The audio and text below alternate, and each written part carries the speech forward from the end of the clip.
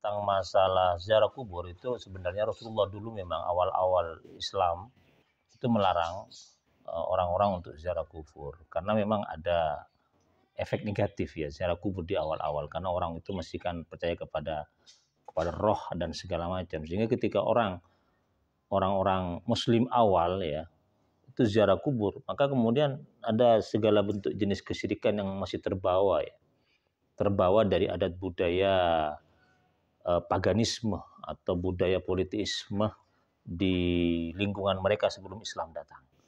Masih terbawa ketika mereka sudah masuk Islam, mungkin karena akidahnya masih belum kuat ketika ziarah kubur, mereka masih menganggap bahwa nenek moyang atau orang yang meninggal itu bisa mengabulkan doa mereka. Atau bahkan kalau perempuan ketika ziarah kubur, dia itu meronta-ronta, tidak menerima bahwa kematian itu adalah pemberian dari Allah dan itu merupakan takdir begitu. Jadi kemudian perempuan yang secara mental tidak kuat ketika ziarah kubur dia reaksinya itu ya sangat tidak etis lah, tidak layak seolah-olah menolak takdir Allah Subhanahu wa taala. Karena itulah kemudian Nabi itu bersabda, "Nahaitukum an ziaratil kubur." Dulu saya melarang kamu itu untuk ziarah kubur. Lah, sekarang al-an wa zuruha, sekarang kok nggak apa-apa. Nggak apa-apa ziarah kubur. Artinya apa? Dilihat dari kondisi psikologis umat Islam di saat itu sudah mereka sudah bagus akidahnya dan sudah bagus pemahaman tentang ketauhidan. Ketika mereka ziarah kubur, tingkat kesyirikannya sudah enggak ada. Dan mereka menganggap orang yang sudah mati ya sudah meninggal dunia. Dan ketika mereka ziarah kubur, mereka cukup mendoakan dan ada mauidhah penting bahwa semua yang hidup itu akan mati.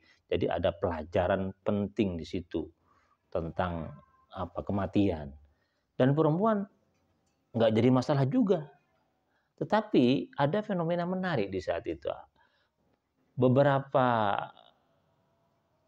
kesempatan Rasulullah itu melarang wanita untuk mengantar jenazah. Pulang-pulang kata Rasulullah, kamu nggak dapat pahala, justru kamu dapat dosa.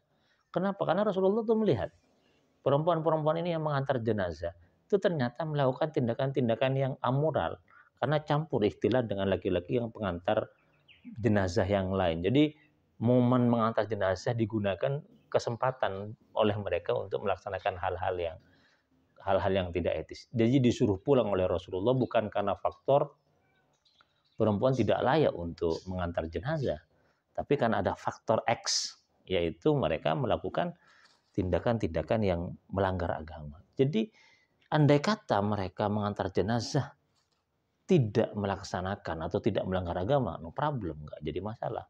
Perempuan yang menstruasi atau perempuan yang lagi berkabung ya karena kematian keluarganya, nggak jadi masalah, nggak apa-apa. Yang penting itu yang pertama jangan sampai kemudian ketika mengantar jenazah atau ziarah kubur digunakan kesempatan untuk melaksanakan atau melakukan tindakan-tindakan yang melanggar agama. Yang kedua, jangan sampai kemudian karena perempuan secara emosional kadang instabil ya tidak stabil, jangan sampai kemudian kesedihannya, duka laranya itu membuat dia itu melakukan tindakan-tindakan yang seolah-olah tidak menerima takdir Allah Subhanahu wa taala. Jadi ketika ada perempuan mau ziarah kubur ya atau mau mengantar jenazah ini riwayatnya Umar bilang kepada perempuan itu agar kembali. Kata Rasulullah jangan, nggak apa-apa, dia lagi berduka. Jadi boleh siapapun untuk ziarah kubur termasuk perempuan karena ketika ziarah kubur kita bisa mendoakan orang yang meninggal dunia dan yang paling penting kita bisa ingat bahwa kita pun kelak akan juga meninggal dunia. Makanya doa ketika kita lewat kubur atau ziarah kubur adalah Assalamualaikum ya ahlad diyar minal mu'minin wal muslimin yarhamullahul mustaqdimin wal mustakhirin wa inna insyaallah bikum lahikun. Insyaallah kami bagi orang yang ziarah kubur merasa atau menganggap akan seperti kalian, akan ikut kalian juga meninggal dunia.